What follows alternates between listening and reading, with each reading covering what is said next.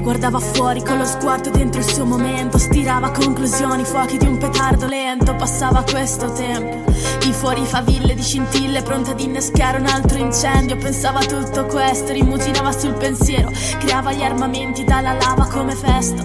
E questi momenti così duri di un acciaio grezzo presto si impadronì di fini ultimi e sorrisi spuntavano dal labbro come fiordalisi, piccoli neutroni divisi. Una luce così grande ricopre i detriti, traduce frasi antiche di vecchi definiti. Le persone che correvano al di là del mare, traghettate da Caronte verso un ulteriore male. E lei che le guardava si chiedeva come fare, la sola cosa che rimane forse ballare.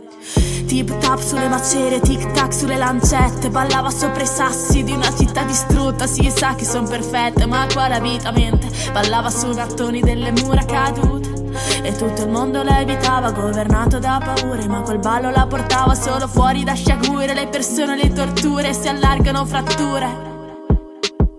Le guardava fuori, il suo mondo devastato, e sopra i corpi fiori di un futuro ormai passato. Prendimi per mano, lo diceva quel riflesso. Ha imparato già da tempo a non fidarsi di se stesso. E lei che comandava le intemperie della fine, la fine di tutto, delle strade sopra le cartine. Il posto distrutto, continenti alla deriva, meteoriti sulla riva, onde alte più di prima. Tip tap sulle macerie, tic tac sulle lancette, ballava sopra i sassi di una città distrutta. Si sa che son perfette, ma qua la vita mente. Ballava sui mattoni delle mura cadute e tutto il mondo le evitava, governato da paure. Ma quel ballo la portava solo fuori da sciagure. Le persone, le torture, si allargano fratture.